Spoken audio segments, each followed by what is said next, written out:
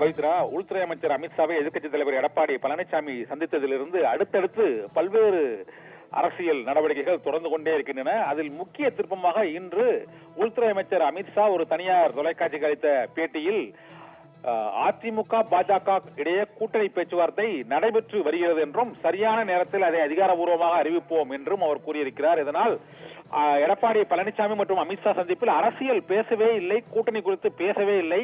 கோதாவரி காவிரி இணைப்பு தொடர்பாகத்தான் நாங்கள் பேசினோம், தமிழ்நாட்டிற்கு நிதி ஒதுக்கீடு குறித்து தான் பேசினோம் என்று எடப்பாடி பழனிசாமி கூறியது பொய்யாகி இருக்கிறது. உள்துறை அமைச்சர் அமித்ஷா அதிமுக பாஜக இடையேயான கூட்டணி பேச்சுவார்த்தை நடைபெற்றுக் கொண்டிருக்கிறது என்று அவர் அதை கூறியதன் மூலமாக எடப்பாடி பழனிசாமியின் பேட்டியானது தற்போது சர்ச்சைக்குள்ளாகி இருக்கிறது. இபிஎஸ் பேட்டிக்கு அமித்ஷா மறுப்பு தெரிவித்தது போல் அந்த பேட்டியில் அவர் குறிப்பிட்டிருக்கிறார். இந்த சூழ்நிலையில் அதிமுகவின் முன்னாள் அமைச்சரும் எடப்பாடி பழனிசாமியுடன் அதிருப்தியில் உள்ள செங்கோட்டையனும் டெல்லிக்கு சென்று திரும்பி இருக்கிறார். இப்போது தமிழக பாஜக தலைவர் அண்ணாமலையும் அந்த கட்சியின் திருநெல்வேலி தொகுதி சட்டமன்ற உறுப்பினரும் அடுத்த தமிழக பாஜக தலைவர் என்று ஒரு குழுவினரால் கூறப்படும் நயினார் நாகேந்திரனும் இன்னும் டெல்லி திரும்பவில்லை.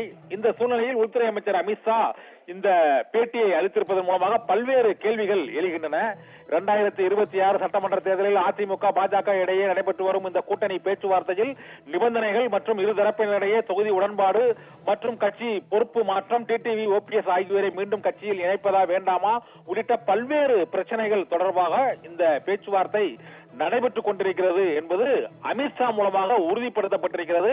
இதனால் எடப்பாடி பழனிசாமி முன்னர் அளித்த பேட்டிக்கு எந்தவித உண்மைத்தன்மையும் இல்லாமல் போய்விட்டது என்பதுதான் அமித்ஷா இன்று அளித்த பேட்டியின் மூலமாக உறுதியாகி இருக்கிறது. இதனால் அதிமுக பாஜக கூட்டணி தொடர்பாக அதிகாரப்பூர்வ அறிவிப்பு தவிர மற்ற அனைத்து நடவடிக்கைகளும் நிறைவு அடைந்து வருகிறது என்பதுதான் அமித்ஷாவின் இன்றைய பேட்டியின் மூலமாக தெரிய வருகிறது. பவித்ரா.